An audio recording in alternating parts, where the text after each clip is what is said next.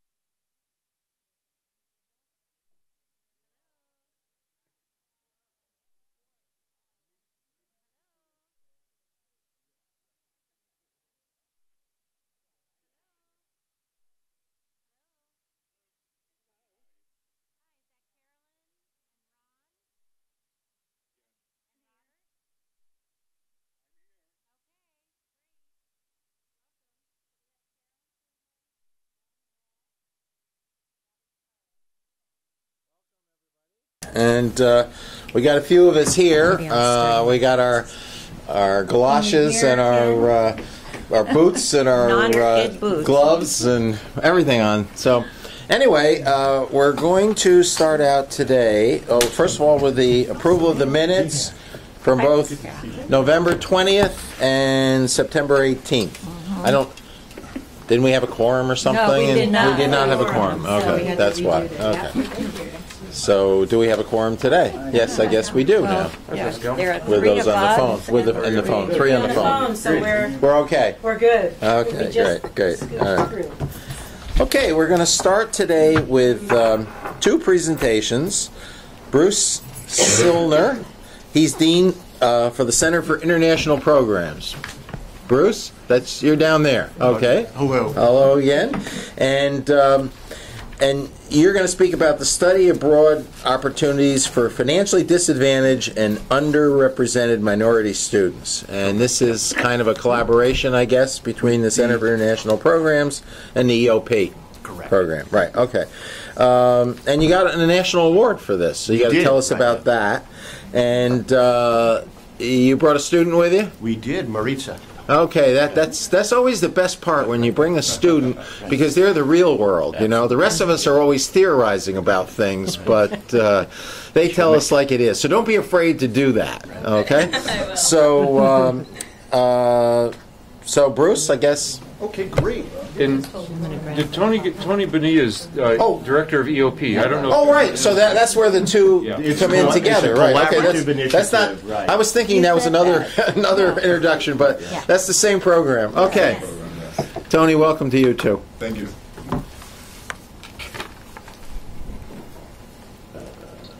Do you need help with this? How are you? I can't hear. It's okay. They haven't started talking. You're okay. And I'll speak up. Well, Can you hear it? Yeah, okay. All right. My voice usually projects, so it shouldn't be too much of an issue. Good afternoon, everyone. I'm Bruce Silner. I'm the Dean of International Programs here at New Paltz.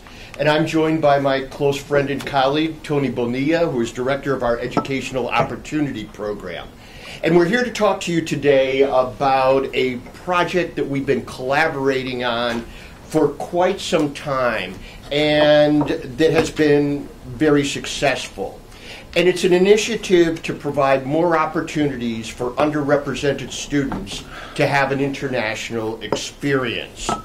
Now, in the international education community, it's been kind of a recognized challenge that it's difficult to get underrepresented students to study abroad.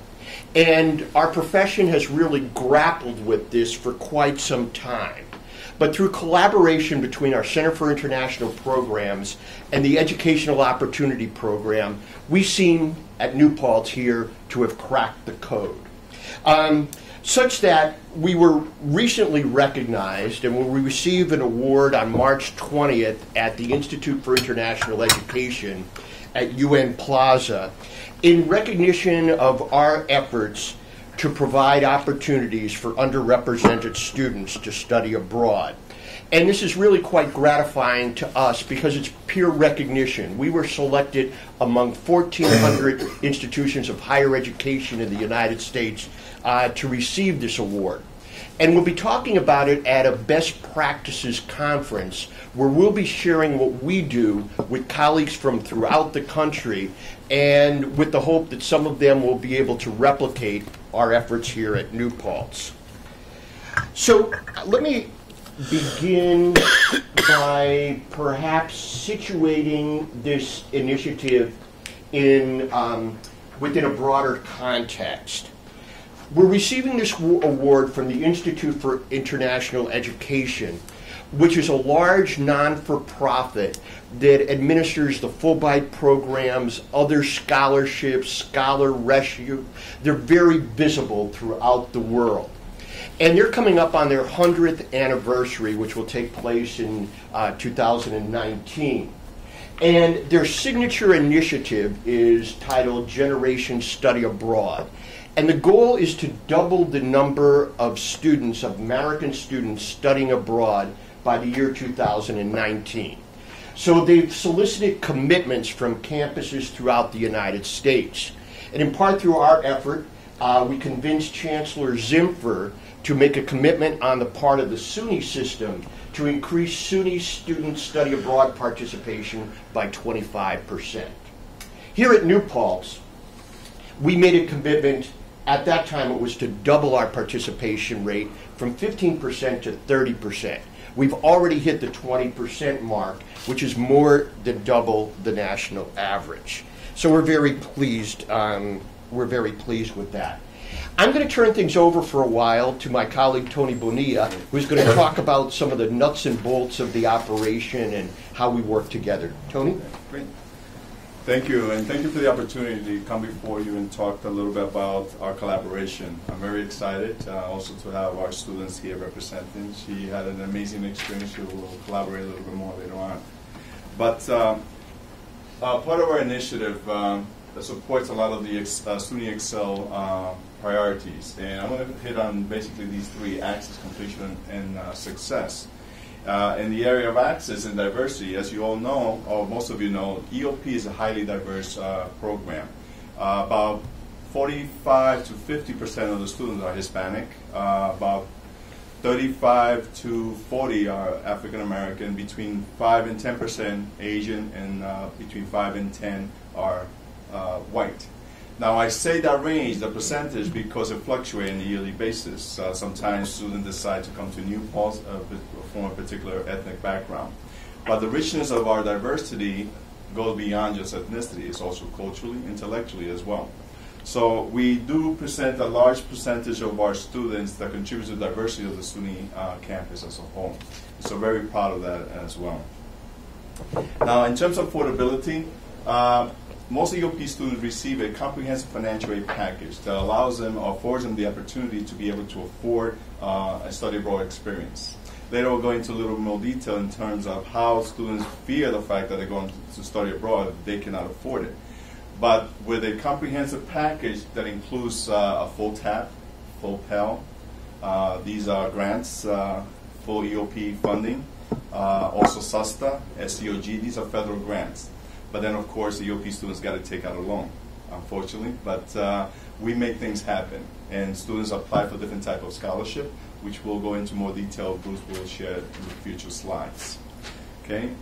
In the area of graduation rates, EOP students at SUNY New Paltz are graduating students at a higher rate. But I would have to say that students that study abroad graduate at a higher rate than even the regular traditional EOP students. And Bruce will go into more detail with that in a special slide that will really blow your mind. Did mine. It might. It will. Now, the retention rate. SUNY New Paltz EOP students are leading SUNY, all SUNY EOP programs in terms of having the highest retention rate. They're very aggressive in making sure that they stay here, do well, acquire their education, and so on. Now, one of the things that does happen is, even though the students are studying abroad, we still maintain the same level of advisement, and that's the key.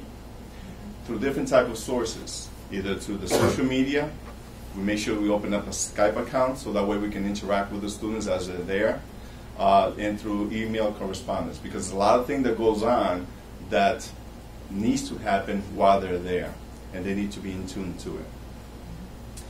In terms of support, we have streamlined the application process, and I'll circulate this around so you can get a better idea. If you can take one of these pass around.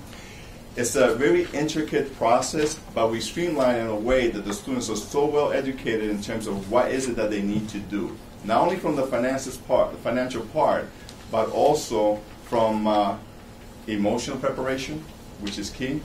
Okay, is front and back. Also, the support from the family that is needed, their academic preparation, because there are certain classes that they need to take that are associated with the curriculum. Okay, and sometimes they study abroad because they want to experience something different. Okay, which I believe Marissa will explain a little bit in detail. Okay.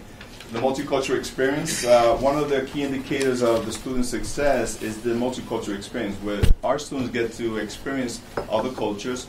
But one of the beauty of it is that also our students can contribute to that particular culture as well. Like I said before, we're diverse. We're able to contribute not only academically, but also the American culture plus their own personal culture. Case in point, Maritza is Hispanic, parents are from the Dominican Republic, and she has her own identity as well. She's able to contribute to that particular culture in two different ways, in two forms. And also apply learning opportunities. A lot of our students take advantage of internship and also in-service learning while they're studying abroad as well. Identifying barriers. As mentioned before, EOP students are financially and academically disadvantaged. So that can create barriers, especially to pay for school, let alone to study abroad, because of additional expenses associated with studying abroad. And this can be a barrier for them. So one of the things that students may say, well, I can't afford this, so what can I do? That's okay. From the onset, in freshman orientation, we make sure the students, we say to the students, you are going to study abroad. And by all means, they all say, yes, I want to study abroad because of other things that we incorporate. EOP advisors and the study abroad advisor work hand in hand to inform and motivate, prepare the students for their experience. Our student has to be strong academically in order to take on this experience, okay? Also emotionally stable. Okay? And additional, financially sound, and also have to show a high level of maturity, because we need representation, and good representation when a person takes on this responsibility, because it is a responsibility. Okay? Building SUNY New Paltz strong commitment. All those students are financially funded for 10 semesters. EOP students are funded for 10 semesters financially, but we do encourage them to finish everything in a semester, and within the 8th semester, they have study abroad as a possible experience, because we want to be aggressive in terms of graduating at a higher rate and faster. Okay, and the students have a picture exactly when they're going to graduate, even including the study abroad experience. That starts right in the freshman year. Okay. Collaboration. That's one thing that I love about this institution in terms of collaboration with other departments and different things that we've put in place. One key component when we meet in different venues, especially the student banner team, we talk about how we can best service our students. And one thing that really stands out that is associated with study abroad is the P grade. P grade is a grade that is given to every student that studies abroad. It's a kind of like a dormant grade because students need to be TAP certified in order for them to receive their money the consequent semester. But some programs takes a long time for their grades to come into SUNY New Paltz. So they cannot decertify the student with a P grade right on the onset. So it's like a dormant state. And with the collaboration of registrar's office, obviously student accounts, and financial aid, and the study abroad program, we went to collaborate and come up with this idea because BANA is a very difficult, intricate component of the student system. So by selecting this grade, the students can freely go to study abroad and be able to receive their financial aid the consequent semester. Okay?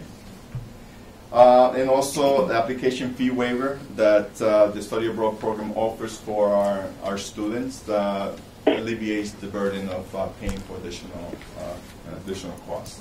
Next slide. As I mentioned before, at EOP freshman orientation, when I do my welcome address to all the students and the parents that are there, I say, how many of you want to study abroad? Half of them raise their hand. And I make sure I ask that question because I want their parents to also be included in the process. Because parents, especially for underrepresented college students, have a difficult time understanding the concept of going to study abroad. First of all, they have a difficult time going away from home. Imagine going to study abroad. So they buy into the idea right from the beginning. And we create this 8-semester plan to make sure that it becomes a viable option for them. In the first year initiative program, which is our key issues course, we have study abroad come into our classroom and present to them all the different type of options, different type of programs around the world that the students can take part of it. And we do multiple type of outreach via web, print material, social media, and peer-to-peer. For example, Maritza went to study abroad, then after her experience, her boyfriend went to study abroad as well. So right there, peer-to-peer. Financial aid and scholarship. In collaboration with the financial aid office, we have Camille Suki, who does a lot of workshop for our students in terms of what is it that you need. In particular, especially if you're going to study abroad during the summer, there's certain intricacy about summer abroad. So all these workshops go a long way. Institutional and National Study Abroad Scholarship, which Bruce will go into more detail about the different opportunity that we have with that. And then cross-departmental collaboration policies and changes. We try to break down a lot of some of these bureaucratic boundaries between different departments and division to streamline the process, to make it much easier for our students in other departments to be able to have a successful experience. And some of these things, such as grade reporting and dissemination of exchange check, for example, that means is student accounts allows us permission to deposit checks for the students, their exchange check, into their banks and things like that, because they need money while they're there. And this exchange check is received when the student is there. So we get permission to be able to deposit into their account. And that's a lot of collaboration that we put forth there. Okay, and this time I'd like to turn it to Bruce. Thanks, Tony. Let me discuss a few of the outcomes of this collaboration. First of those would be an increased diversity in our study abroad participation. Second, and we're very proud of this, is success with scholarships, including nationally competitive scholarships. And lastly, degree completion rates. Now, if we look at the participation of underrepresented students in study abroad, you look at the general admit population exclusively, it's about 9%. But when we include EOP students, it goes up to 13.4%, almost a 50% increase with the inclusion of EOP students. So that's very significant. Sir? Yep. I'm not, it's unclear to me what underrepresented student means. Are all, following along that question, are all underrepresented students in EOP? No. And I'll let Tony handle the the semantics there. Yeah, the semantics, students that are academically and financially disadvantaged are considered part of the underrepresented college population. Most of and a lot of them fall into the first generation gap as well. For example, first time going to college, even receiving a degree, and so on. But mostly it's academically and financially disadvantaged. But why would they be academically disadvantaged if you have registered them here as students? Okay, the reason why the EOP program is about 50-year plus old program, and the purpose of the EOP program was to provide access into higher education to students who would not be eligible through the general admissions gate. For example, based on their high school average and SAT score. And this is a state-funded program. It's a separate line item in the state budget that provides these opportunities for the students. They have the ability and the potential to be successful because of the inequity of the education system in the New York City system. Most of those students from New York City, we provide the support mechanism to encourage them to get their degree. And they perform at a higher rate. It's just that they need the opportunity. So it takes at least a year of being students here for them to qualify. Oh yes, I mean, as a freshman, I never encourage students to go into a study abroad program. Sometimes went to maybe their junior year because they have to be prepared. As I mentioned earlier, the student has to be emotionally stable, academically stable, because the average, for example, is between 78 average all the way to 90, and SAT score 1050 or lower to be eligible for this program. Okay, but they're not ready academically in the first year. Right. So through the preparation and the guidance, they're able to sustain a study abroad experience. Thank you. Eleanor, if I could add to that, I'll share a statistic that I heard recently that is relevant to the question you asked. A young person growing up in America today, coming from a family with an income of $90,000 or higher, has a 1 in 2 chance of completing a college degree. And chances are good that one or both of those parents have college degrees and some experience with navigating a higher ed environment. A student growing up in a family with an annual income of $30,000 or less has a 1 in 17 chance of earning a college degree. Chances are their mom or dad or both have not had a college degree, haven't had that kind of experience. And our EOP students are typically in that economic range. Bright, committed students, but need a boost of some background and support. I often talk about EOP being a wonderful community, so there's a community support, but also a tough love is the expression I've used, and that often resonates with EOP students. Thank you. Something we're particularly proud of has been the success of these students in obtaining scholarships, including some nationally competitive scholarship. And the first of these is the Gilman Scholarship.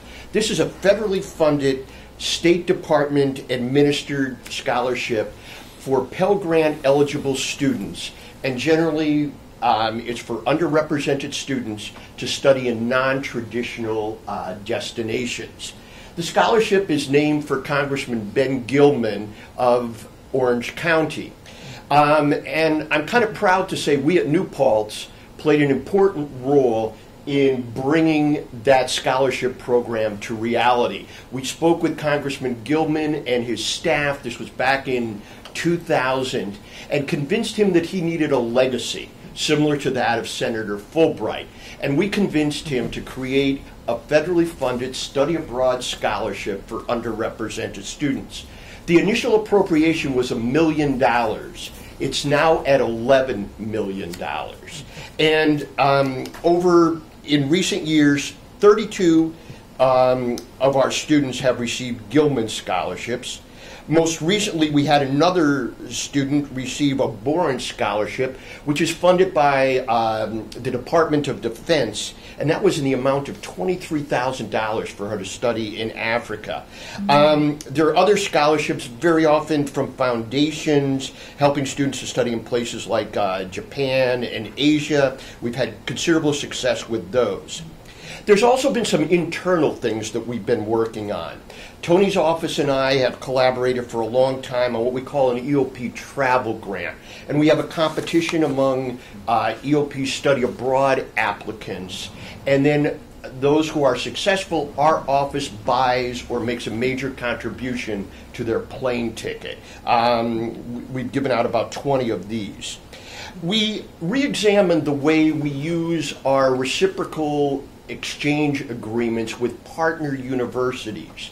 And we've come up with a formula that's competitive, that takes into account students' economic background and their academic performance to enable them to utilize these exchange credits and be able to study abroad for the cost of New Paltz tuition. And we've tried to target students who, if they couldn't do it this way, wouldn't be able to do it at all. So that's been very successful. So we dedicated over $200,000 to those types of opportunities. Back to the Gilman scholarships. New Paltz, with 6,500 undergraduates, leads the public institutions in the state of New York in the number of our students who get these scholarships. We're among the top 5 in the state, and that's considering the large privates like Syracuse and Columbia. And we rank in the top 10 to 15% nationally. But interestingly, of the scholarship recipients, we've received between 2009 and 2015, 66 scholarships. 32 of them went to EOP students, and almost half the funding went to EOP students. So that's quite staggering.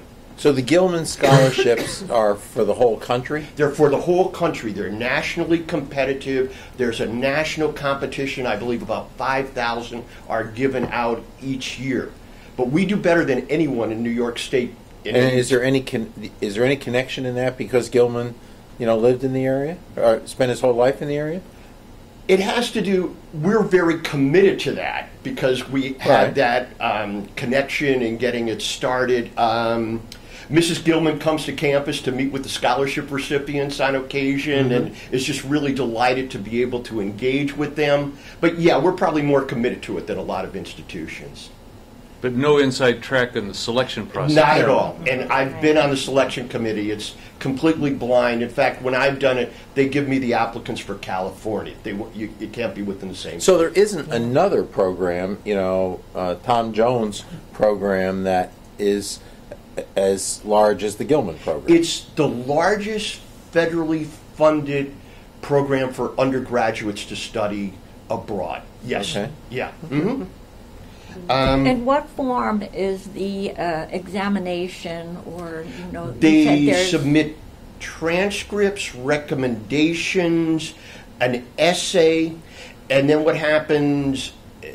When I did this, when I reviewed them, we went to Houston. They have blind readers from different parts of the United States evaluate a pool of candidates and rank them. By their essays? By reading their By the essays, GPAs, how they plan on using the scholarship, where they're going. Right. A lot depends on their personal background. The compelling stories are often win out. Yeah. So it's something really remarkable. But something else that is really remarkable, and I'll tell you, this really surprised me. A couple years ago, there was an article in the Chronicle of Higher Education about a study that was done by the University of Minnesota to look at the impact of study abroad on graduation rates. And the common myth is if you study abroad, it takes you longer to graduate. Minnesota did this study and found out in actuality that students who studied abroad completed their degrees earlier than students who did not. So we went to our IR folks here and said, let's replicate this. And this is what they came up with. Let's look at the class that entered in 2007. These are the general admits. 66% of those general admission graduated within 5 years. Those who study abroad, it went up to 94%. 6 year, from 67% for non-study abroad participants to 97% for study abroad recipients. Now, we really can't claim causality here, but there is a relationship. But the numbers are even more staggering when we look at EOP students. And look at the 5-year graduation rate. EOP students who did not study abroad, 57% completed in 5 years. 100% of those who studied abroad completed in 5 years. Similarly, 6 years, from 63% for non-participants to 100% for study abroad participants. So that seems to disabuse that. Bruce, if I could just interject quickly for the College Council, that 63% 6-year graduation rate for non-study abroad EOP students compares with a national average 6-year graduation rate for private colleges of about 65%. Really? So the 63% 6-year graduation rate for non-study abroad EOP students is already really good. Right. Good. Thanks, Tom. That's amazing.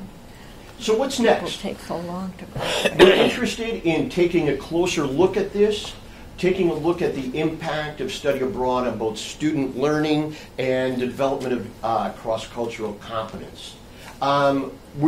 We still have some additional goals. We'd like to improve our participation rates for both male students and STEM students. And in one case, we're working with a partner, the University of Limerick in Ireland, where we're going to jointly be funding STEM students to study there.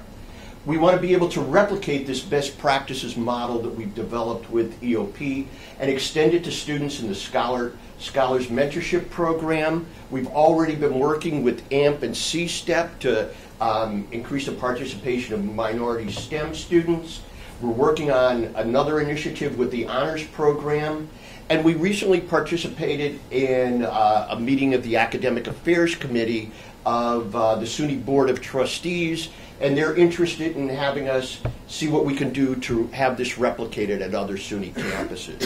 So we're really delighted by the success of this initiative, but we wanted to give you a chance to hear from someone who has benefited directly. And I'll let Tony introduce Maritza. Yeah, before I introduce her, I just wanted to hand out this. It's a snapshot in terms of how we manage the process as a whole. It starts from discussion to action. So that way you get an idea, a glimpse exactly how things are done. You can just take one and pass it on. That'd be great. Actually, it's my honor to present to you guys Maritza Sanchez, a senior, Spanish major, and Latin American and Caribbean Studies major. She would like to give some input in terms of her experience. Sure. Here's some snapshots of some of her experiences. Thank you for allowing me to come into your meeting and speak about my awesome experience. Where can I start? Well, study abroad was something I wanted to do since I was in high school, freshman year of high school.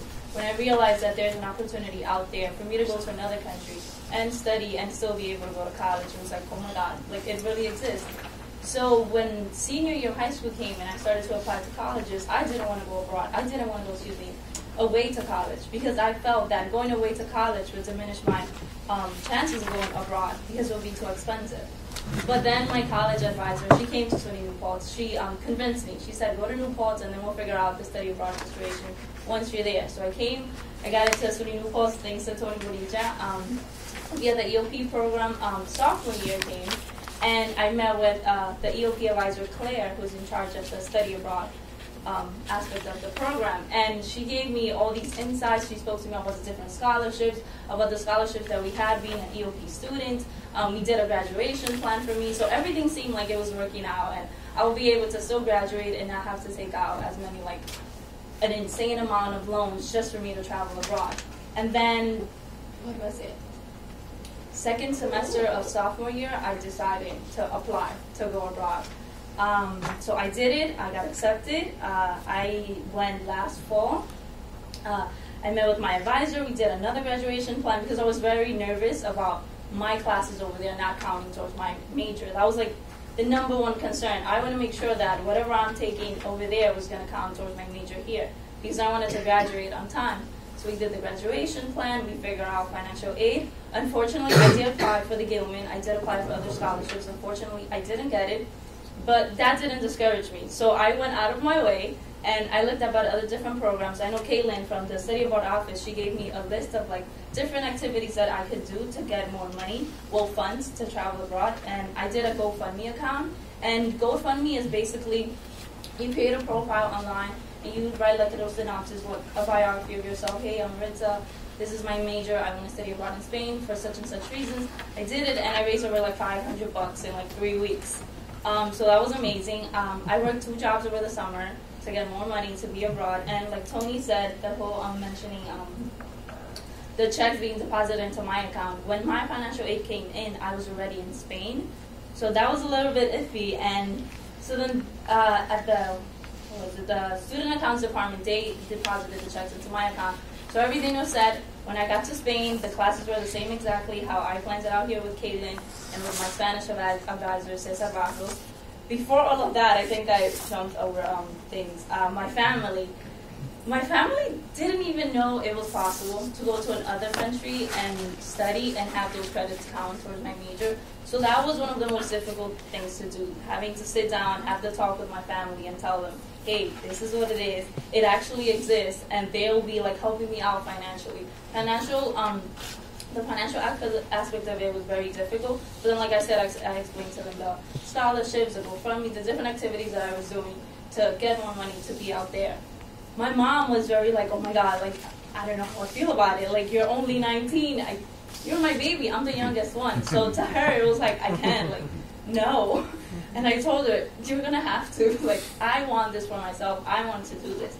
So the second week that I was abroad, I was already posting pictures on my social media. I was calling home. We were emailing. And they started realizing this is something that she's doing for herself. And it was obvious that by the second week, I was already having the time of my life. And they said when I came back that they felt like they were studying with me. They were abroad with me with all the social media pictures that I was posting, with their email. So I made sure that I stayed in contact with them just because I knew that that was like their main concern, just to know that I was safe out of like the whole time I was there. What are you going to do after you graduate? What did you just tell me? Oh, yeah. Well, after I graduate, I'm actually planning to go abroad again. It's like once you start, you just cannot stop. So I'm actually looking to study abroad into Cuba. I'm going to do it via the Albany program, so hopefully that works out. I'm doing the whole application process all over again, so hopefully that works out, and I can go to Cuba for this summer. Maybe I'll do a GoFundMe account again, but I don't know if people are going to give me more money because it's difficult to get scholarships for Cuba. But that's not going to stop me. I want to do this, and I'm really excited, and I really hope that I can get into the program and just continue on. And then hopefully pursue a master's degree in international relations and have these 2 experiences of being abroad help me with working within international institutions and doing different projects abroad. Wow. Awesome. One of the things that Marissa failed to mention is the fact that she was a peer mentor for our program, also a liaison during the summer orientation as well. I was like promoting study abroad during the summer, and I had not even gone abroad. I'm like, I'm going to Spain, spring fall semester, you might not be seeing me around. And then spring I come back, and my students are like, oh my God, Marissa, how was it? This and that. Again, via my social media, they are being like keeping up with like everything that I was doing. So a lot of them are now meeting with Claire, telling her like, I want to go abroad. I want to go abroad. Where do I start? I'm like, okay, you have the energy. That's good. Then we'll continue on. Where did your boyfriend study? He studied in England, and we actually we went together at the same time. He was in England, and I was in Spain, and my best friend also went abroad at the same time. We kind of like all planned it out, and it worked out. They were both. You traveled and visited each other. Yeah, we visited each other. Some of the pictures you will see my best friend. So that was awesome. That's good. As a general rule, how do you choose what country to go to, or what countries are in the program? I know that's not your decision, but how did you choose Spain? Well, I have family in Spain, so that was my number one thing. I want to be with my family because I haven't seen them in like 15 years. That was the number one. How can I make it possible to go see them at least for like a couple of days and let them know Oviedo, they are from Malaga, and Oviedo was like 10 hours away, but it was an hour and a half taking a plane, and the plane would be like $100, not too expensive. So that was the main thing. And then I wanted just to go to Europe to see that side of the country. Not the country, that side of the world. I'm from the Dominican Republic, like Tony said, so I'm very not that I've been to other countries in Latin America, but because of my major, I know a lot of like everything that goes on this side of the hemisphere, because the Latin American countries and my countries, we share a lot of history, we share a lot of, the cultures is the same. So I wanted to go somewhere where it was like completely different. Spain colonized us, so I wanted to know what that was. And it's interesting because when I was in Spain, I would walk around and I would see like so many different like Ecuadorians restaurants. I would see Dominican shops, and it was very interesting just to see that a lot of like Latin American countries were present over there. A lot of like Latin Americans are working over there. I wanted to know what their experience was, being away from home and not necessarily having that New York and Latin America. What do you call that? Experience, I guess, that migration just coming from a country in Latin America to New York City, because I felt that. I know what that is because I've gone through that. So I wanted to know what it's like to do it on the other side of the country. And what was your experience with the Dominican in Spain? That was very interesting. Very interesting. Well, I was in Oviedo, and in Oviedo you don't really see a lot of Dominicans. Like I said, I saw a lot of like Ecuadorians, a lot of Colombians, a lot of Venezuelans. Like a couple of Dominicans. Like the shops would be like maybe one in the whole like town, but the town was fairly small. And that taught me so much of what the Dominicans in Spain are going through. And I'm actually focusing my capstone on that. The Dominican experience in Spain, all the different things that they're going through. Because in New York City has become their second home.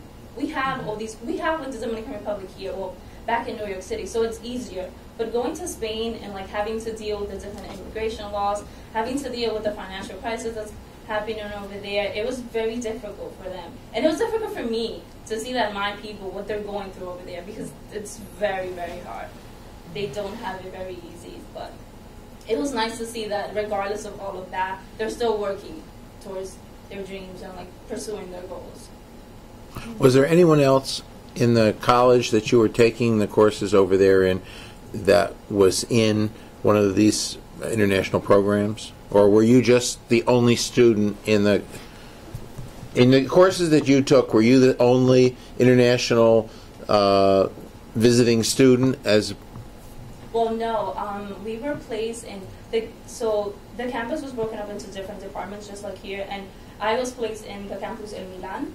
So in Milan was basically designated for all of the international students. So we were all from like different parts of the countries. In Europe, they have this program called Erasmus. I don't know if any of you guys are familiar with it, but Erasmus is basically the umbrella exchange program for all European students. So we were all in this department. My classes, that was my favorite part about studying abroad. The fact that in all my classes, we were all from a different country. So it was more than learning vocab. It was more than learning like how to make a nice, a perfect essay, I guess, in Spanish, how to do all these kind of things, how to like improve your presentation skills, improve all these skills. It was more of like learning about each culture, learning you're from France, so how is this going? How do you see it? I'm from the Dominican Republic. I was the only student from the Dominican Republic in the fall in Milan. So that was very interesting. At one point, I felt like an ambassador of like DR. Everyone was questioning me, so how is it in the Dominican Republic? I'm like, it's this and this and that. So that was very interesting. The fact that in all my classes, we all represented a different country. So that was very, very, like, it was just amazing. Our conversations, our discussions in class were very, very interesting. So are there other places in Spain that are doing the same thing? Well, yeah. Well, okay. I mean, I'm trying to get an idea of how big this international programming is. Yeah, in Spain, I know we have a program in Sevilla. We have another program in Seville, and we have something in Madrid. In fact, Tony's daughter will be studying at our program in Madrid in the fall. Right. She's a new Paltz student. Yeah. We have probably 40-plus programs abroad in probably more than 20 countries. And we'll pass out. You will be the first audience to see our new Study Abroad View book. And you notice it's labeled draft, but it's just about ready for prime time. And in the back is an index of all the opportunities that are available to the students. And thanks to Shelley's staff for pulling that together. So it sounds like, Marissa, that the fact that you've got different students from all over participating together in the program is a huge part of the benefit of it, as opposed to your being the only foreign exchange student in a particular school or in a particular history department of a school. Yeah, that was definitely the different countries, different nationalities in one classroom. I couldn't believe it. Like, for example, here at New Paltz, we do have a lot of diversity, but for the most part, our classes were like, you have this little clique, they were from like the same country, and then this little clique from the same country, but over there it was like every single person was from a different country. It's like, whoa. It's amazing. Amazing. I loved it. Were you born in the Dominican Republic? Yes, I was. So born and raised over there. I came to this country when I was 7 years old, so most of my education has been here. Just to add, because she's an EOP student, based on the academic standard, she is aggressively graduating at a higher rate, so 4 years graduation with a study abroad experience, extracurricular activities, and so on. And 2 majors. And 2 majors. And that's just a testament to the fact that potential is there, the ability is there. It's just the extra support that SUNY New Paltz provides. That's great. As I said in the beginning, our student speakers are always the best because look at the energy and and it's the embodiment of why we do what we do. Thank you so much. And one thing that I forgot to mention was the support that I got. I know I emailed my EOP advisor, Courtney, like every other week. I emailed my major advisor, Cesar Barros, every other week. I emailed Caitlin so much. And the fact that they got back to me in a day or two just showed me. They didn't just send me off. They remember that I'm like their student. So that was very nice. It was nice to know that back home, whatever question I had in Oviedo, that like one of the professors over there or the administration building couldn't answer for me, my school would have that for me. I felt the support. And I think that was the most important thing that my mom valued the most. The fact that I told her, I'm still in contact with them back home, right? She's like, really? They didn't forget about you? And I'm like, no, they didn't. They're answering my emails. So that was very, very nice. So, and I thank you guys for like allowing them to like be on top of me and just calming me down every time I felt like I was going to get a panic attack or something when something went wrong. So thank you for that. Thank you so much. So I have another question. When you become very successful, which there's no question that you will, okay, when that time arrives, this program that you started here in New Paltz will, in your success, will you help endow something? No, I'm being very serious. I'm being very serious because you heard from these slides. I mean, the Gilman program was local to this. This school has jumped on this and become really proficient in how to do it, and so on and so forth. And and so I would hope that the benefactors, the forerunners of this program, when they become successful, will give back to developing it even further. That's how New Paltz is going to gain much greater ground in the college world. Good, Ken. And to come back as a commencement speaker when you're Secretary of State. There you go. Yeah, I mean, I feel like I've been working towards that. Just speaking to like the first year students about studying abroad and just promoting it. Like, you can do it, guys. Anything is possible in college. Just come in with the energy and the mentality that you can do it. We are going to give you the resources. Don't worry about anything. Just be prepared, stay positive, stay optimistic, and let the New Paltz community take care of you. Because they will take care of you. They took care of me. And I'll be graduating on time. So That's great. But Thank you very much. Thank you very much. Thank you very much. Any questions? Wonderful. Yep. Can I just say a special thank to Claire Barra? She's our liaison to the Study Abroad program. Claire. Claire, the Claire British is from- accent. I forgot to do the Yes. British flair. But she's an amazing person who is on top of her work constantly. Yeah, I think one of the real ingredients of the success has been the commitment of both the EOP staff and the staff of the Center for International Programs, Christian Wilwell, who works very closely with Claire, to kind of nurture this and move it along and constantly reinventing the strategy and moving things forward. So we're very fortunate with this high level of cooperation. As Don has said, it's been very effective in breaking down silos and fostering cooperation. Well, and it's just one of the, for both of you, it's one of the very best examples that we have of what you can accomplish when people aren't worried about who's going to take credit for it, and what you can accomplish when we keep our focus on what's best for our students. So thank you both for that. Yeah. Thank you. Question? Appreciate it. You said that you were going to collaborate with C-STEP and AMP.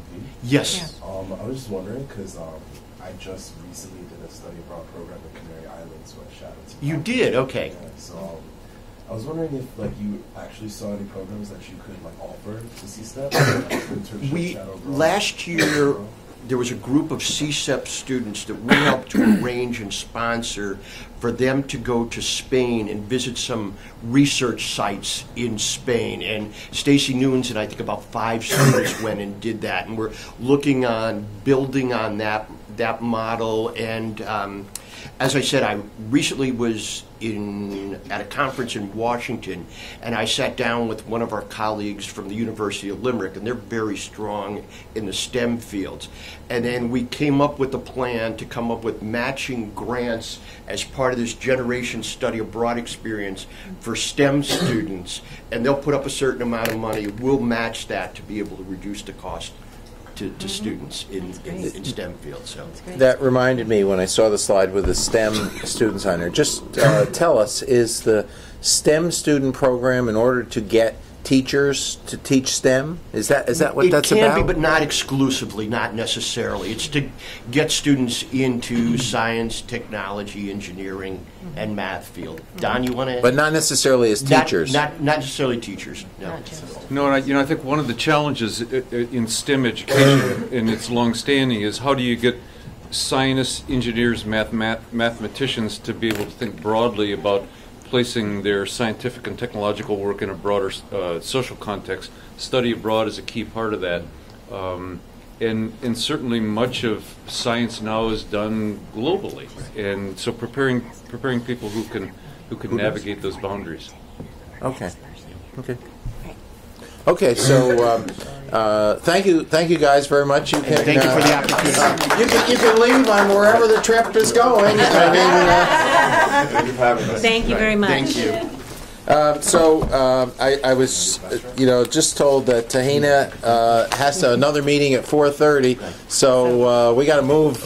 We got to move into the next part of our meeting, which is Tahina's the executive director of compliance and campus climate, which means policies, and we've got to officially vote in some policies today that have been developed. So tell us about this. Well, thank you very much. And first let me say that the start of this comes from the Chancellor and the Governor agreeing to initiate a task force on reviewing sexual assault policies and campus responses to sexual assault incidences on campus. This is a national conversation. There probably is not a night on the news or some article in a newspaper that does not draw attention to this conversation. And the Governor and the Chancellor agreed to form this task force. The task force was comprised of a really large cross-section of individuals across the SUNY system, but it also included outside advocate groups and individuals that work closely with legislation to help inform these policies. So the task force gathered together on a very aggressive time frame last fall to develop recommendations to the Chancellor for changes to how SUNY specifically might respond to sexual assault on college campuses. And it was a very comprehensive task force in the sense that we were looking at a number of pieces. One of the pieces were policies in terms of how does SUNY currently address this across its 64 campuses, but also about practices of how colleges might respond and establish best practices uniformly. And then on to climate assessment. How do colleges on an ongoing basis gauge and assess the effectiveness of their policies and responses, and also the climate, the student perspective on how these issues are being handled by their colleges. So we met and we were given a 60-day time frame, and by the time you gathered everybody who had to be in a room, I think it ended up being something about 28 of us, we had a significantly less than 60 days to pull this together, but we did.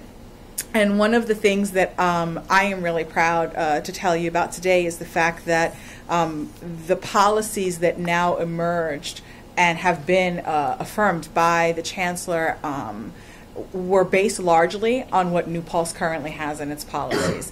And that's a testimony, I will tell you, to work that was done long before I was here by amazing colleagues that were tending to this long ahead of the curve, but also with the collaboration that occurred after I arrived on campus and making sure that these policies were following best practices as this issue was evolving. So I'm really proud of the fact that the definition of affirmative consent, for example, which is one of the things that I'll ask the council to consider and vote upon, is based largely on what we already have in practice for SUNY New Paltz. We are serving as a leader and a model for this work. So one of the things that I also want to draw attention to is the fact that there are some changes from what we currently have. So last fall, the council was asked to consider and vote upon changes that we made last summer to be able to, again, stay ahead of the curve. We were implementing changes that were important for us to do on campus, and then this was the platform for new definitions. And since that time, the governor has now endorsed and accepted these recommendations and has submitted it to the legislation to vote to see if this is something that will actually be imposed upon all colleges in the state, public and private. And again, for us to be the leader in this, we're very proud of the work. Will there be a prize?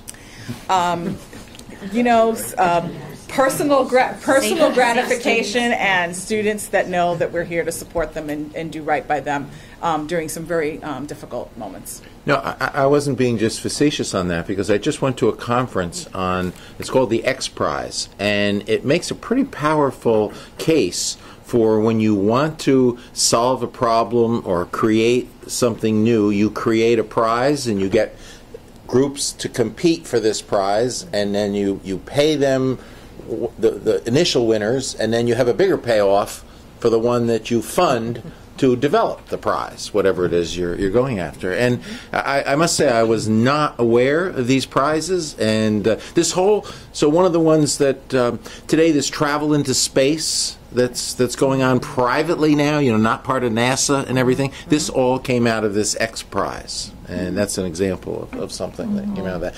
So why don't we first deal with what we have to adopt? Yeah. So what I will draw your attention to are a couple of items that would need to be reviewed by council and adopted for implementation. And these changes would occur for the 2015-16 student handbook. And we'd make those changes if approved over the summer. The first is the definition of affirmative consent.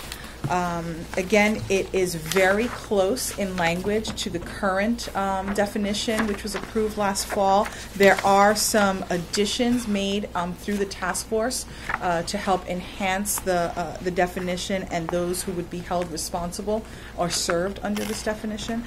But by and large, it mirrors very closely to what we currently have on campus. So that is the first piece that would need This was highlighted in yellow in the materials that were sent out to you in Would email. it be in the minutes of 12:8 or 11:20? No. No. Would you read it the was in an phrase email. aloud? Sure. So that, Sure. Would you read it aloud? Yep. Sure. So the definition of affirmative consent that has been accepted would be: affirmative consent is a clear, unambiguous, knowing, informed, and voluntary agreement between all participants to engage in sexual activity. Consent is active, not passive. Silence or lack of resistance cannot be interpreted as consent.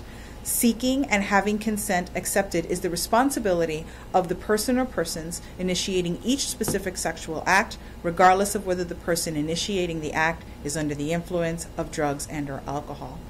Consent to any sexual act or prior consensual sexual activity between or with any party does not constitute consent to any other sexual act.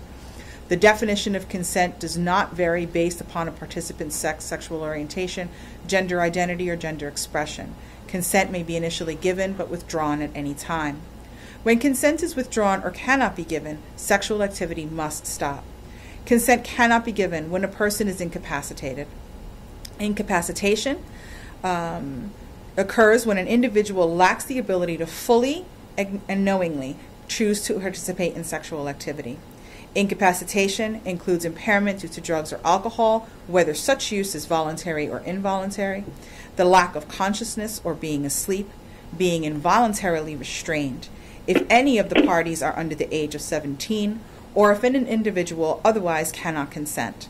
Consent cannot be given when it is the result of any coercion, intimidation, force, or threat of harm. All right. Thank you. Hello, this is Robert DiCarlo. Hi, Robert. First I want to thank Don Christian for the thank you kind note that you sent regarding the death of my niece. I wanted to thank you for that, number one. Number two, I would have been there, but yet we got hit with another snowstorm out here in Stony Brook on Long Island, or I would have been there. And one of the reasons I wanted to be there today was this very issue. And I'm going to start with something that happened years ago that I got into trouble with my staff on when I was in the Senate. And it's not the same thing, but I think it's similar in a lot of ways. One of my best friends in the Senate put together some legislation dealing with DWI, and I'm a very pro-law enforcement and punish criminals kind of guy. But sometimes things occur with politicians and legislators and bureaucrats that sometimes just don't make a lot of sense. The bill that came before us was something that said that if somebody is under the age of 21 and they have any blood alcohol level, then their license is revoked. That's the law in the state of New York right now, unfortunately. So I asked my colleague to rise on the floor of the Senate because I wanted to ask him a question on the bill, and I posed a question to him, and it went something like this. Senator Wright, under the provisions of your legislation, if my 20-year-old Marine Corps son, who is defending our country, who happens to be married and has a child, comes to my home on Thanksgiving, under the provisions of your legislation, he then goes and has one glass of wine and 3 hours later proceeds to drive his family home totally sober. Under the provisions of your bill, he gets pulled over, my son's license is revoked. So he shuffled by his seat for a few moments, and he gave an affirmative answer that yes. I then said, I vote no. I was the only one in the state of New York to vote against that bill because it was a bad piece of legislation. Now, it brings me to this, which we're looking to vote on today. It seems to me that with the language in this, it would be much better, if this is the aim, to have a contract. Something that people could go by and be sure what they were doing. This is so vague and so all-encompassing. I know when I was a college student, and I've got a couple of questions. When you talk about alcohol or drugs, just how much alcohol or drugs limits a person's ability to answer yes or no to sexual contact? I just think it's crazy to leave it open-ended. If you've got one student who is in Bacchus one night, two students, and they get together and they consent to go back to a dormitory or an apartment, and they've had, I don't know, 1 drink, 2 drinks, 3 drinks, and they go back and they have sexual intercourse. Under the provision of this statute, the next morning, one or the other could go to the campus and say, had I not had that drink, I would have said no, so I've been sexually molested. This seems just crazy, and I'm all for, punishing rapists and punishing people who prey upon people. But on a college or a 19, 20, 21-year-old setting, I just think this opens the door for all kinds of abuse, and I don't know how far this is going. But I've got a lot of problems with this, and I know that my vote really doesn't, stop this one way or another. But based on that provision and how open-ended that is, and the interpretation, how much is too much, I'm going to have to vote no on this, unless somebody can convince me otherwise. Well, I don't know that I can convince you, but I think that I can help set a context for why this looks the way that it does. You're absolutely right. This is a very open policy in the sense that there aren't clear guidelines, such as what would constitute how much alcohol or drugs would be taken in to constitute a lack of capacity. But the reality is that in practice, that is something that we have to deal with every day on college campuses. In terms of how much abuse such a policy could receive, statistically, the people who come forward to report sexual assault are not in large numbers, and those who come forward are generally not lying about it. And so, what becomes more of the issue is what were the circumstances around the situation that created the possibility for someone to become a victim of sexual assault. And alcohol and drugs are a real reality on college campuses, not just on ours, but across the country. And when these matters come up, it's college officials like myself and my colleagues in student affairs that have to talk to the individuals involved, and hearing panels which review documentation and evidence as it's available to determine the preponderance of the evidence. Is it possible by more than 50% that this event occurred as the victim is indicating it? It's not a criminal process, and so there's not a criminal standard, and that also means that we don't have the same level of evidentiary standards to evaluate those issues. I understand what you're saying. Now let me give you an example and tell me what happens on campus. A young student, two young students are out in the bar, and they've had cocktails, and they mutually agree to go back to their apartment or wherever, and they both initiate sexual contact. The next day, one of them decides that, well, you know what, I wouldn't have done that had I not been drinking. And I know it doesn't happen often, but it could happen. Mm-hmm. And then goes to whoever and says that I really didn't give consent, and this was something that was forced upon me. What happens? I know then you have hearings and they go, but what is the punishment if it's determined based on that to the person who is being accused? Well, based on that, and hopefully a range of other supporting information. Unfortunately, many of these instances don't bear witnesses, but there would be some contextual evidence that could speak to the state of mind of the individuals before and after the event. But in the context of evaluating all of that information, if someone were found responsible for engaging in sexual activity without consent at New Paltz, that person is expelled. Has anyone been expelled so far? On my short tenure here, no, but on my tenure here, one that I could think of. That's how many years? 13. Wow. But to be clear, there have been many cases that have gone to judicial, and at least in earlier years, there were informal resolutions. I can say that I could probably think in 13 years that there have probably been, and I'm guessing at this, I'll say a dozen. Of that dozen, we used to be allowed to do mediations. After following the Dear Colleague letter a couple of years ago, that's no longer possible. We have done informal hearings on a couple that I can think of, and talk to the students that were bringing the charges about what the judicial process is involved, what's the next step, how a hearing's put together, how a hearing would go. At that point, they've said, I don't want to do that. Mm-hmm. And I think, honestly, we've had one full-blown hearing that I can think of. So there were a number of options up until a year and a half ago when the Dear Colleague letter came out. Just briefly say again what the Dear Colleague letter was. It was a letter from the Department of Education, basically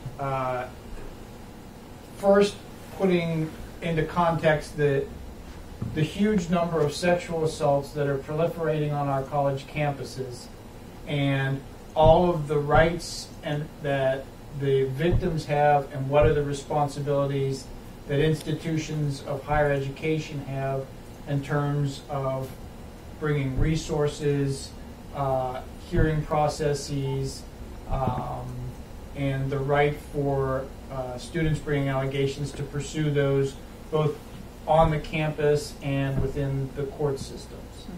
And it was basically a letter to herd campuses that were doing things in a wildly disparate manner into seeing the allegations similarly and designing processes to address them similarly. And so one of the tenets was it took mediation away. There are many times when we have allegations, and I think Tahana said it best, there aren't any witnesses. There's two people in the room.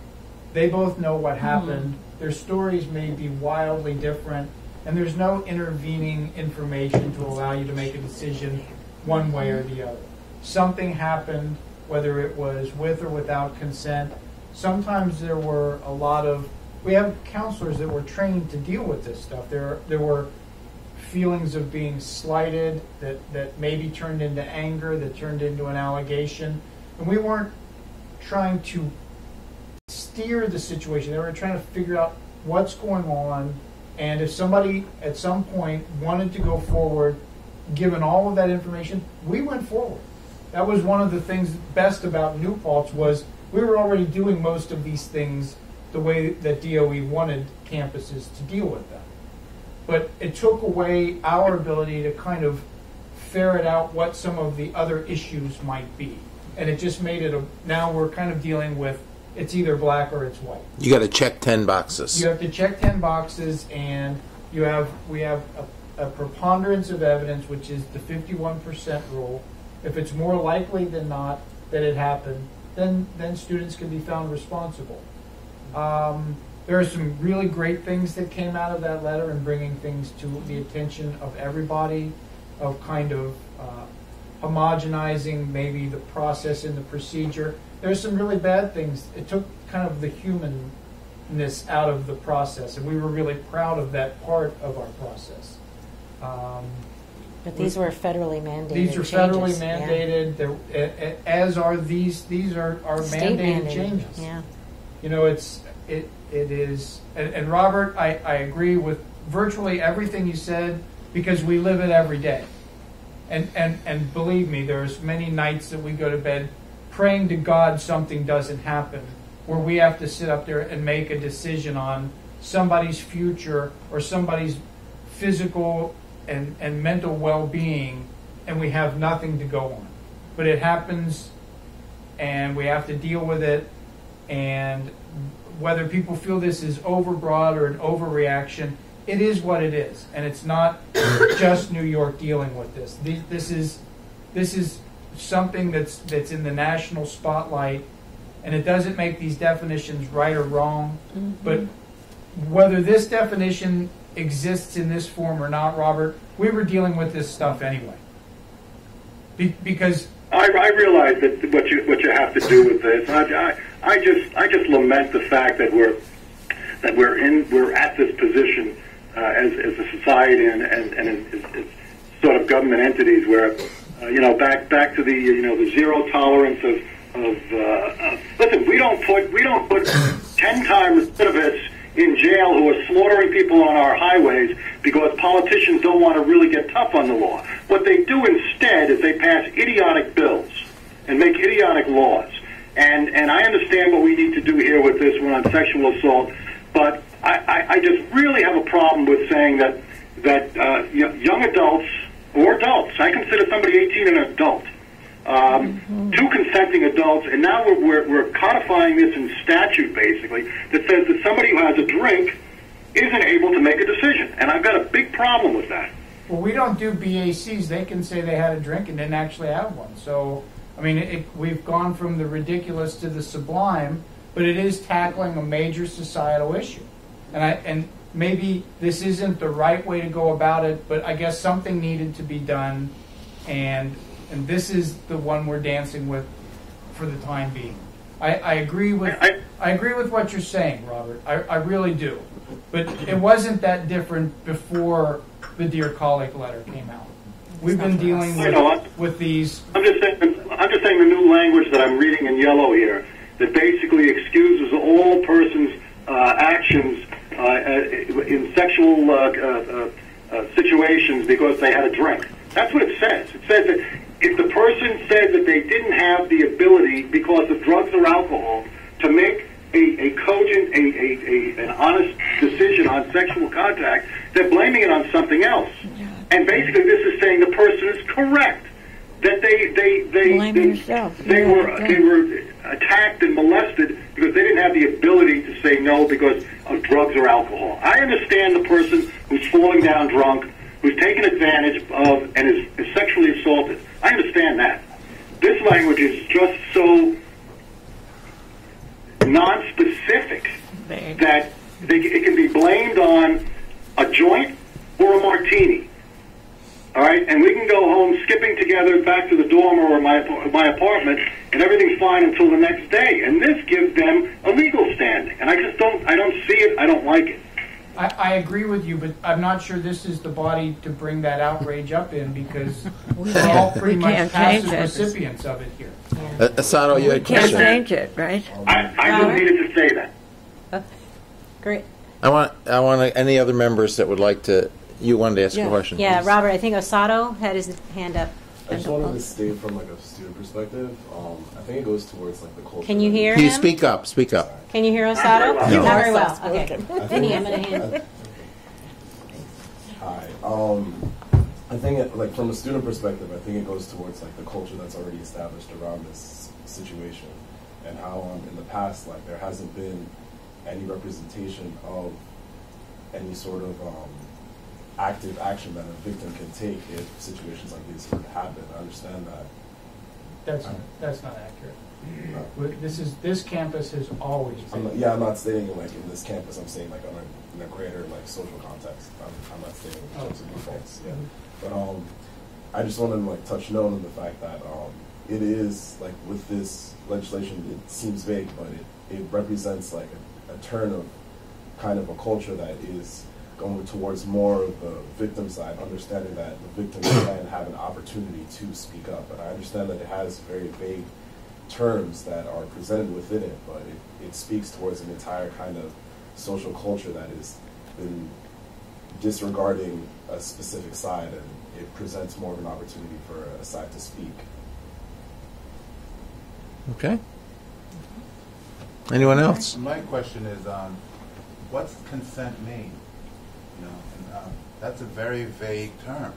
Well, this is why we will encourage every couple who goes back to their apartment to bring a notary public. That's what I mean. That's what I mean. Is everyone going to carry a contract with them wherever they go and say, okay, now it's time to sign?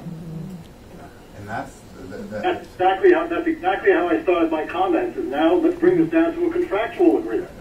But like, I feel like it's your job if you ever were to initiate any kind of contact like that, like to check in. It doesn't necessarily mean that you have to say, do you want to?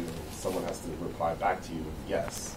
But I think that it goes to say that if, like, you have to have an idea or that if this situation is here, like, you have to be aware that if an individual does feel uncomfortable, you have to state that. But the problem with that is, even if you have a contract, we're getting a little, this is a little bit off base, even if you have a contract under these words mean something. Under these words, that contract could be null and void based on a drink after it. Yeah. And it's worthless. Plus, most of us forget when we're 18 and 20 and so on. I don't remember the point at which, Exactly. Exactly. So maybe. So I tend to agree with the caller in that it's very vague and a very slippery slope to codify something like this, where there is no precise point at which you cross the line. So I have a question. What are we being asked to do here? So it's given to us. What's the It's already been ratified. This was given to us from it's already the governor's, done. The governor's task force. So right? we're Task running force, it by yeah. you, then what I mean. Yeah, it's is really this within our purview that we, as a council, we have authority to approve or reject this? Does that even matter? Or are you just asking us to be aware? I don't think we do have I don't the think ability we to have. reject it. Right. No, We really no. don't have much choice. I think but we're bringing being this made up aware. so that we're aware Yes. of what the Yeah. policy is now, how it's evolved to the level of this statement, Yes. and our the people that are involved in adjudicating this and so forth, we understand what it is, but Right. we don't have a choice to say yay or nay. Then we shouldn't vote on it. Right, that's what I'm on. Yeah, I wouldn't vote on this. It's already done. Yeah, I'm not sure that we have to Well, vote on it. I'm just we have to make following- it part of our handbook. This is But this is that what, actually like a vote? So Well- our attorney, our SUNY counsel said, the governance experts at system administration have determined that the highlighted portions that we emailed to you are what need to be approved by college councils. Okay, but I don't think that gives and it us. says if it's not already in your code, and there are a few things Doesn't. in here that are different than what's currently in We're our not being code. asked to vote. We're just being asked to put this in our handbook. It's the approval to put it in the handbook. Yeah, and I see it as just a communicative Yeah. device. Okay. I don't think this is a policy making. You're asked to approve it, isn't that? To place it in our code. No, I don't think we're asked to. We're asked to put it in our handbook. In our handbook. We're not asked to approve it. We're asked to put it in our handbook. I'm saying, Robert? That's Robert. Go ahead, Robert. I would ask somebody to take a look at the directive from SUNY, because I think I saw a paragraph in there saying that each council has to vote on it. I've checked that before. Okay. Robert, the language says must be approved for inclusion in the student code of conduct, Yeah. which is a college council responsibility. We've done that. Right. Yeah. That's we've not done the that same before. thing as voting it up, yay or nay. I mean, from my perspective, it's not. Include the yellow language in the code. But that is. Right. Approval means that you agree, that you voted for it. No, I don't think so. Go ahead, Ron. If we already have provisions in our handbook that conflicts with what they want us to put in there is less than what we want to do we want to include that? We don't have something that conflicts with this. No, in fact, looking at the other highlighted areas and including the definition of affirmative consent, we have either the spirit or the actual verbatim language represented in different areas of our student handbook currently. What we are hoping to do is bring it more into alignment. That said, having this template of language as it currently exists being mirrored within our handbook for next year. But it is not changing our policy. So it's a matter. No. It's a matter of bringing Correct. this specific language Language into our into our handbook, code. even That's though what's already in our handbook is consistent with either the letter or the spirit or both. Absolutely. Of We this. have these points already represented throughout various segments of our student handbook. It's about having the consistency of what is now state-affirmed policy and language consistent within our handbook. So then we have to approve it. That's it. And what happens if it's not approved? Then the Well, old we don't language- really Or we have go- the authority to approve it. I mean, we really I would don't. have a- I mean- It's not like this is a policy that we can set. Carolyn Coleman? Yes, Carolyn. Hi, Carolyn. Yes, Carolyn. By must be approved, does that mean that we have to have a vote, and by voting to approve, would must be think so. approved, does that mean we vote on it? Yeah. We Yes. vote, Carolyn. My interpret It's expected and demanded that we approve it, correct? that we approve putting it in our policy handbook. And as I see the situation, we already have this in our policy handbook, maybe with a different, word here or there. But this is no policy change from what we already have. Correct. So it's not like they're asking us to. My understanding of this is the language the state and SUNY require, the new language requires. Yes. But Yes. it's not a policy change But for it's us. actually based on our language, it's our based- current language and practices. Yes. Right. Yeah. It's not like we're voting for a new policy. Right. So is a motion required? Yes, we have to have a motion, but the motion is to put this in our handbook in the language that has been presented to us. I so move. Is there a second? Second. Second. Okay. Is there any further discussion on this? I just wanted a question. Like, Yes. if it doesn't get passed, would it then be altered again and then be presented? I don't know. That's I a don't question think so. for. There was, I think for some of you who were on the council at the time, you'll remember that we had a visit from the SUNY council's office at one point, and the board of, representing Was it SUNY an governance attorney? issues. It Was was an it attorney. It was an attorney. Yes, Right. it was our SUNY chief counsel. Right. And basically, some of these issues were raised. What if we didn't approve this? What would happen? Well, in essence, the SUNY-wide Board of Trustees has the authority to overrule what our council would do. Right. And pass it. So- yeah. Okay, so we have a motion on the floor. It's been seconded, and I think we've fairly discussed this pretty well. Yeah. All in favor? And opposed? No. So is that One one? opposite. One opposed. Okay, so we'll put this in our handbook. This verbiage. Right. And Carolyn. Now, we've basically accomplished that piece then? Yeah. Yes. Okay. I would just we've discussed this a lot, and I think I've gotten the feel now for what it was that was our practice that has become the best standard practice. But if you could just in a couple sentences, pick out what was the best part of our practice that is now that was not so adopted by everyone else before. I think the best part of our practice was actually, as I came to learn in working in this handbook, in this task force, is the definition of affirmative consent.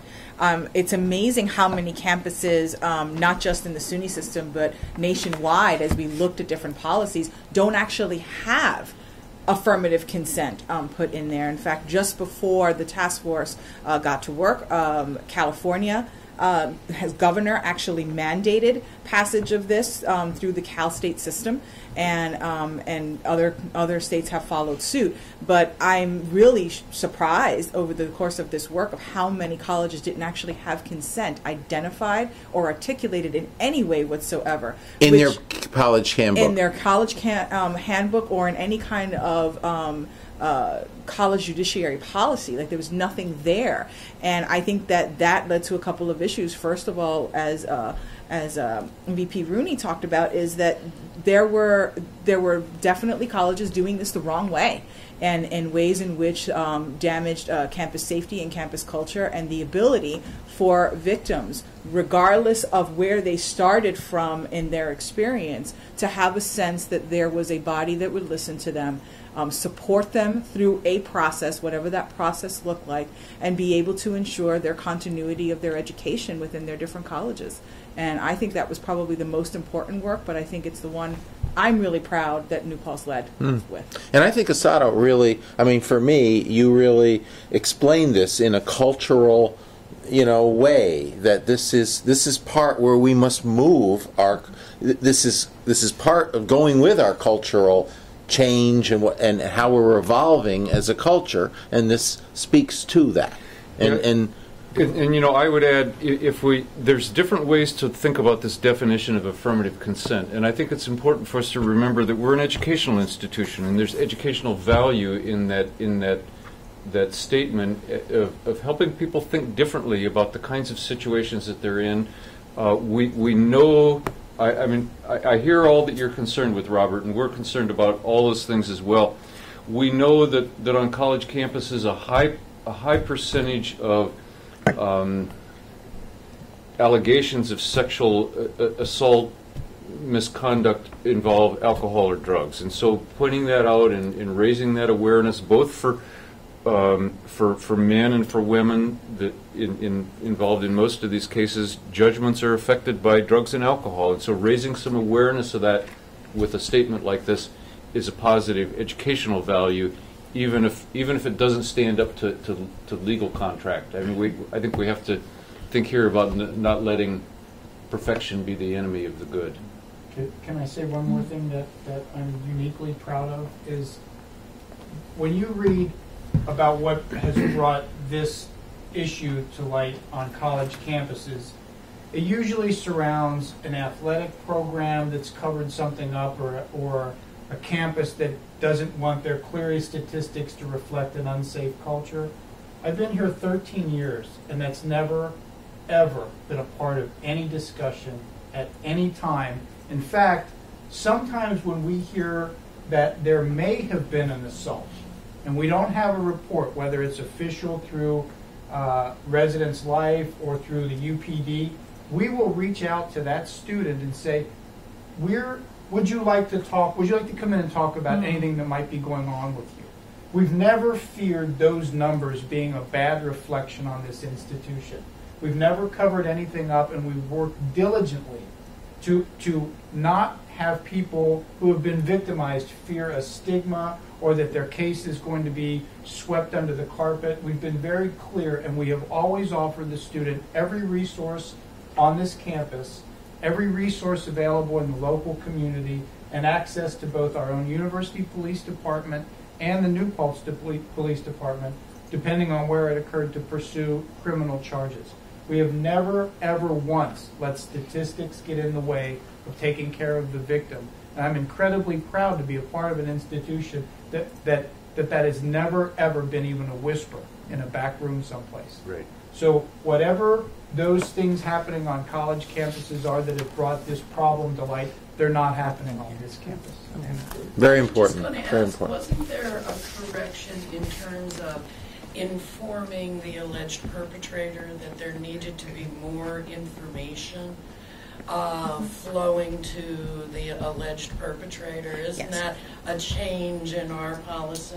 Well, it is a change in terms of the language of the policy, but as far as practice, it is something that we've done out of judicial outcomes. So if you were a party to that hearing, you knew exactly where you stood at the end of that process.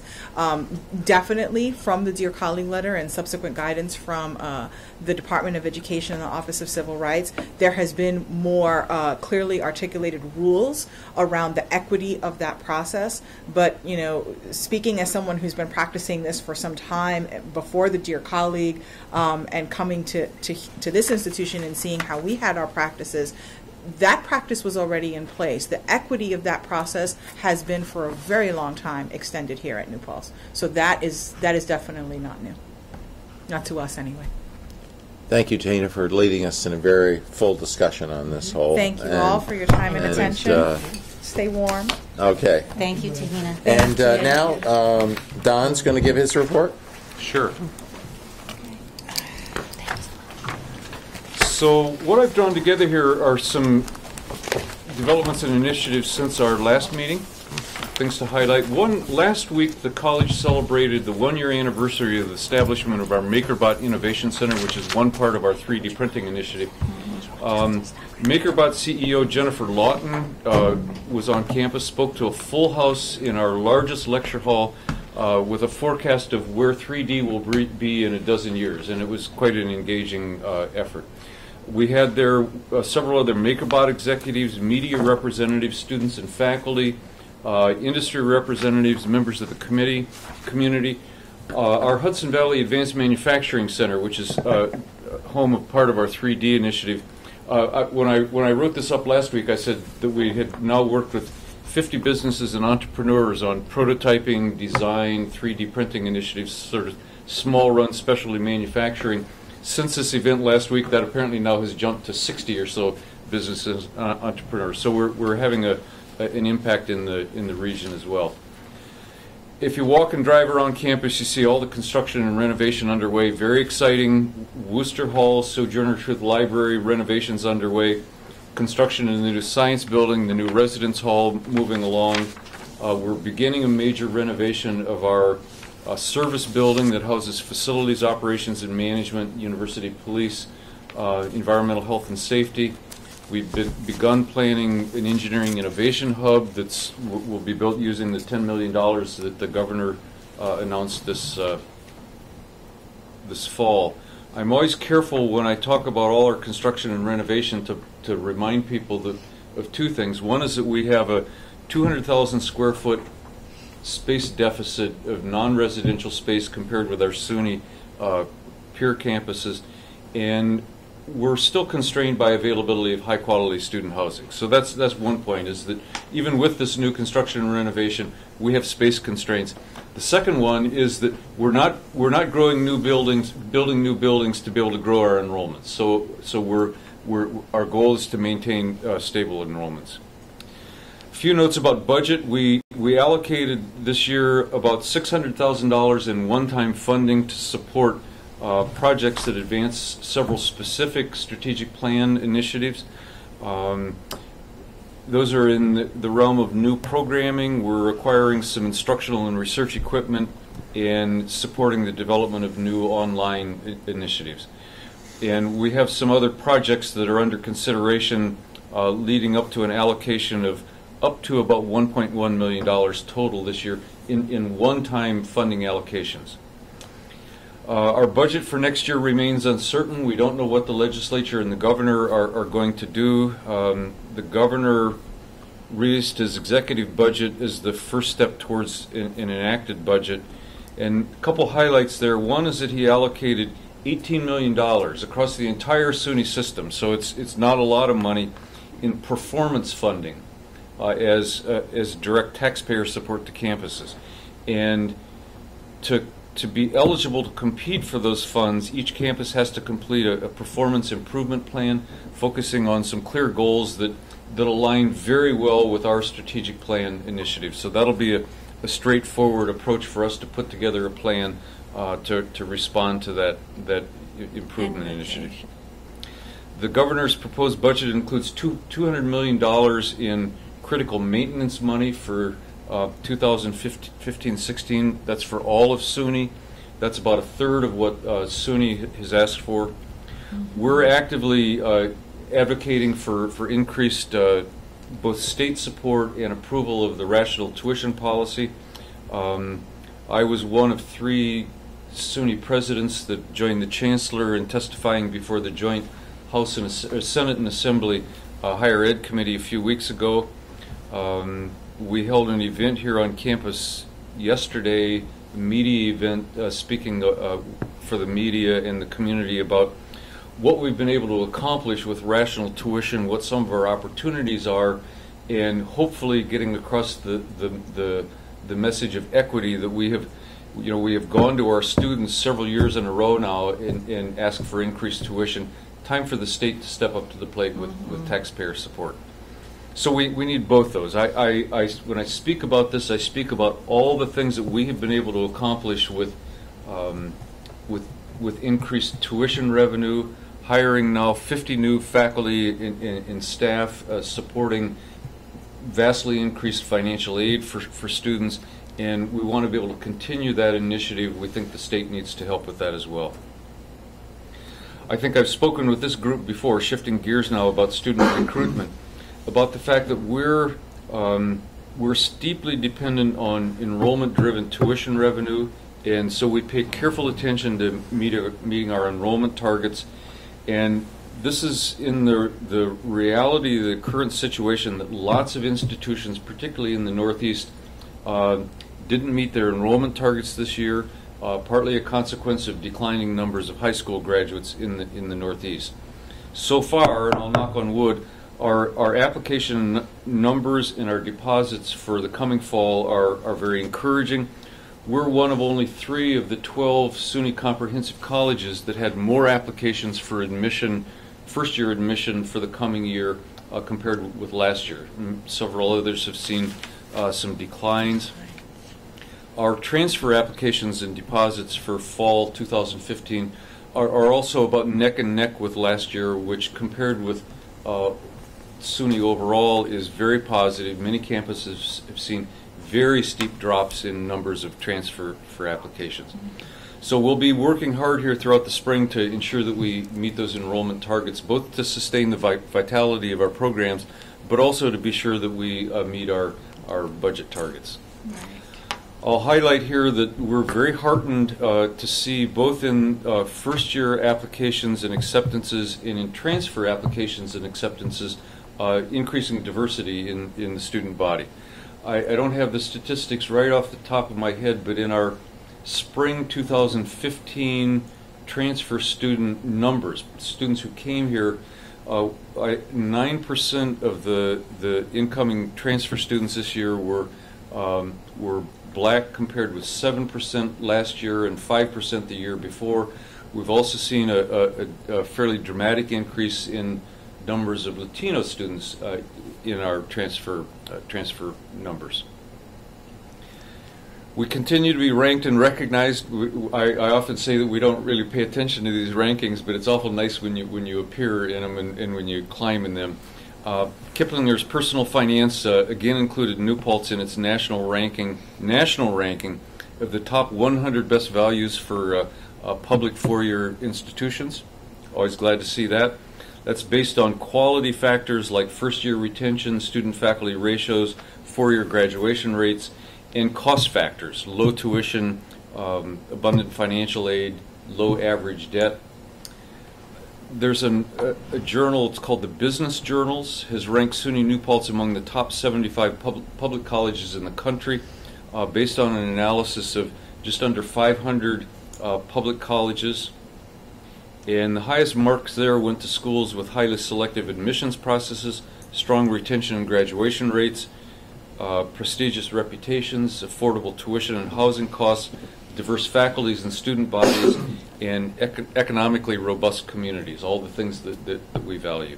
Is there any one of those things that they reward that way outshadows all the others, like graduation rates or something? Graduation rates are pretty prominent, but one of the we shift back and forth from year to year in some of these rankings, and the methodology changes. They shift the weights that they put on different factors in different years. I mentioned that we've been able to grow faculty numbers by investing increased tuition revenue. Full-time faculty this fall numbered 365, highest in many, many years. That was up from 356 the year before, 351 in 2012, 323 in fall 2011. So a bump of 40-plus faculty. We've also, because of those investments, we've been able to maintain small class sizes. Small classes don't automatically end up being better than larger classes, but there are lots of things you can do in small classes that are more difficult in large classes. So from fall 2011 to fall 2014, our average class size went from 26.6 to 25.8 to 25.0 to 24.8. And we have I think it's a remarkable achievement that 75% of our courses have enrollments of less than 30, and 93% have enrollments less than 40. And this is at a time that some institutions have had to address budget shortfalls by increasing class sizes, some quite dramatically. You heard about the Study Abroad Award, very proud of that.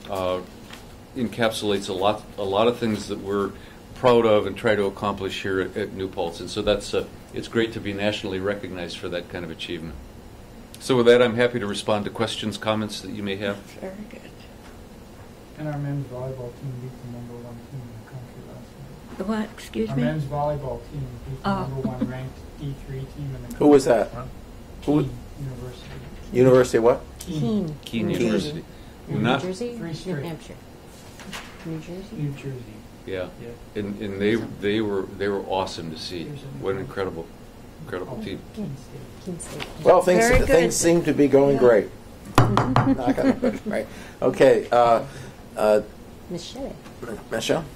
Closing the show. Closing the show. No, Ken gets to close the show. Okay, No. Ken gets to close. I can't even see up here from the beginning. Maybe we should hand the phone up so that... All right, so March 1st, 8 months through the year, 67% of the way through, we're still doing good. The fall tuition and fees, as you can see by these numbers, we've exceeded our tuition target of in the fall by nearly $700,000.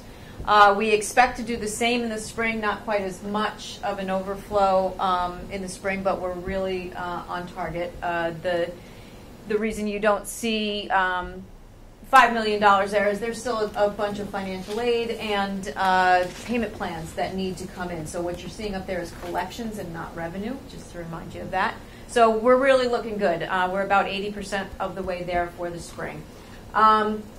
As far as expenditures go, again, we're 67% through the year, and right now our personal service is only at 63%, so we're anticipating a nice underspending of personal service, but coupled with a little bit of an overspending in our temporary service. Since, as the President said, we've authorized new positions over the past couple of years, It takes a while to get some of those positions on board, and so in order to make operations flow nicely, we hire some temporary folks to backfill in the meantime. So we'll have still a nice cushion between the two. What's really rocking us at this point is our utility savings.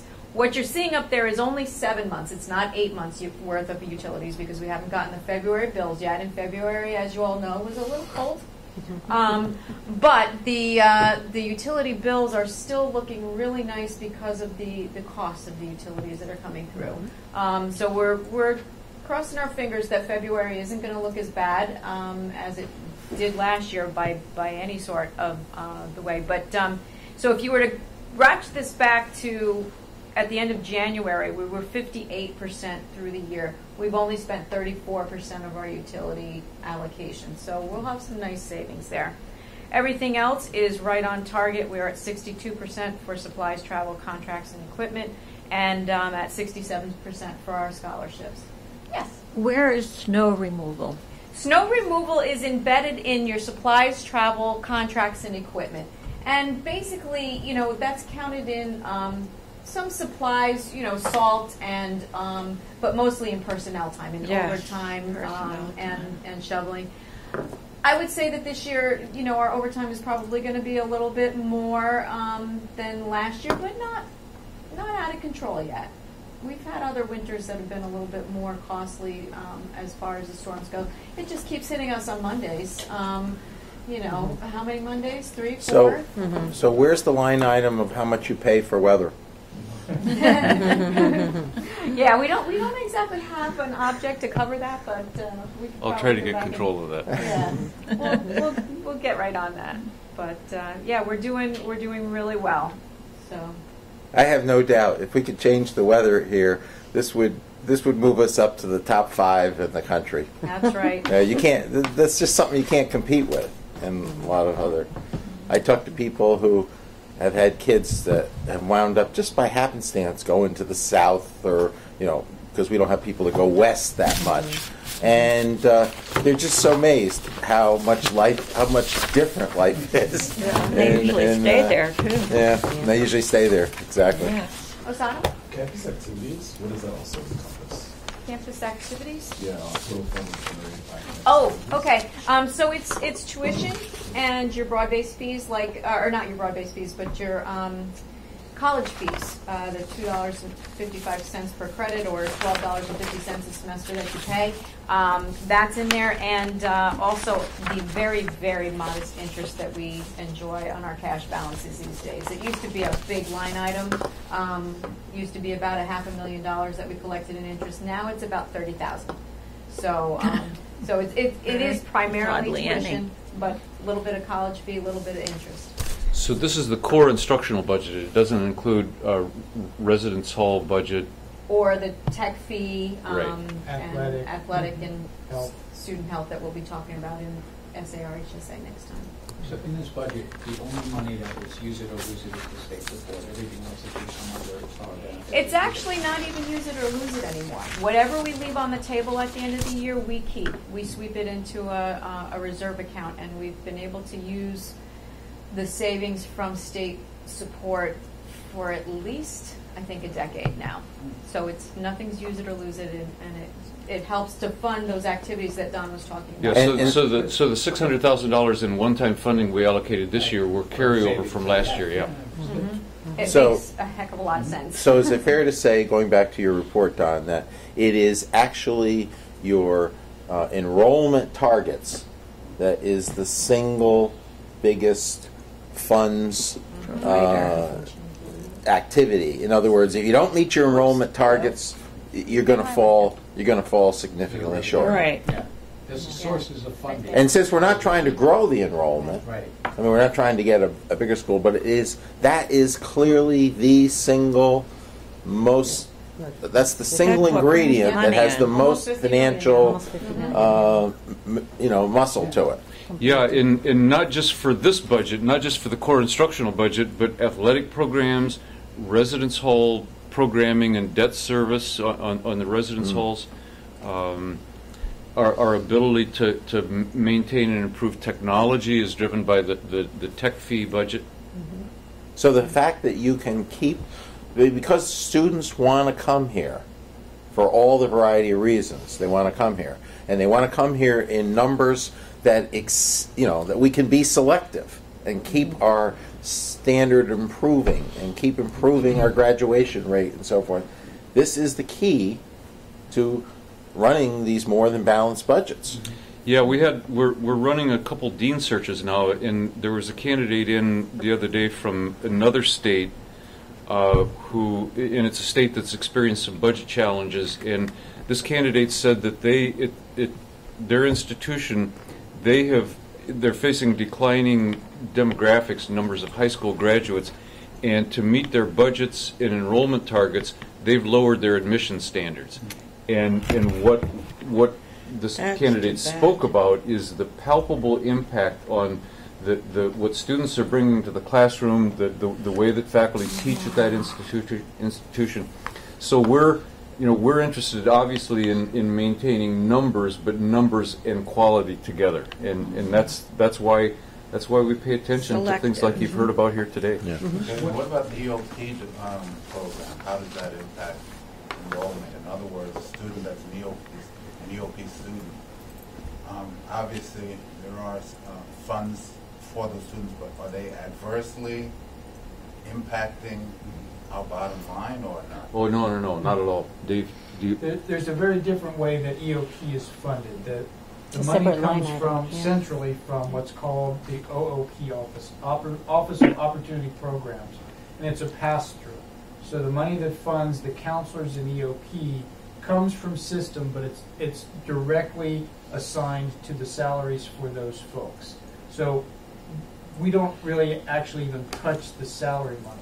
From the student perspective, the students are already financially disadvantaged, which means that they're going to be zero-index students for the most part to get the maximum Pell Grant and the maximum TAP Grant and SEOG and other kinds of things. And when we get that money, it spends just like a tuition dollar. So it doesn't impact us adversely at all. Good question on utilities. So can you buy ahead of this for next year? Can you buy ahead and store? I don't think we have that kind of program available to us. We could if we were using heating oil, Yeah. but we're using natural gas, and they don't have and that. they don't have a storage capacity. Well, no, we wouldn't have to store it, but there might be. I don't know. Oh, you're Probably like something else. Your provider would. Yeah, we have a dedicated energy manager now. He used to be our director of facilities, and Brian Pine, exactly. And so whatever we can do, we are doing. Yeah. And more. He's one of his tasks is to bring in grants to fund his salary, and then some, and he's been doing a great job. Well, I think this meeting has been chock full of wonderful information, positives about our own learning curve and how things are just going. So, thank you all for being here on the phone and in person. I'm sorry, I hate to do this, but can we just?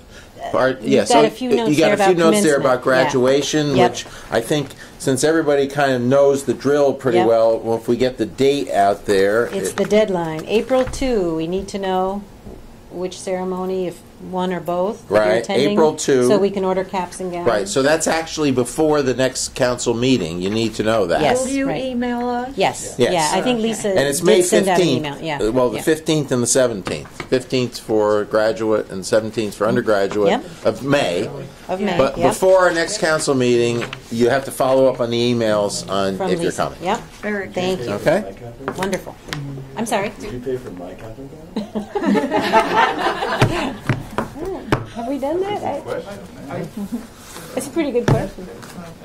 I think we can handle it. I think we can handle it. That seems like a logical. Contact. Council member. That's You are. You're a council member, and Write to Lisa. Tell her your hat size and your your height. You can't. She needs your hat size and your height. You can't keep it though. You have to Yeah, turn you have it to turn in. it back in. I'll take a picture. Take a picture. Yeah. Did we approve the minutes? Yes, we did. We did. Okay, because I had a couple typos. That was quick. I didn't hear that. Okay, that's great. Actually, we did not. Down at that end. We did it that You end. There we mentioned go. that we had not approved. Oh, really? Okay. Because- Let's approval Okay. of the minutes. Motion? I motion that Second? we approve Second. both. All in favor? Yeah, both No, I September got some and changes. Oh, Oh, Donna. We'll put 'em in. Can we fix them? Yeah, we yeah, can. we'll put them in. Typos. Thank you all. Thanks, everybody. Thank you.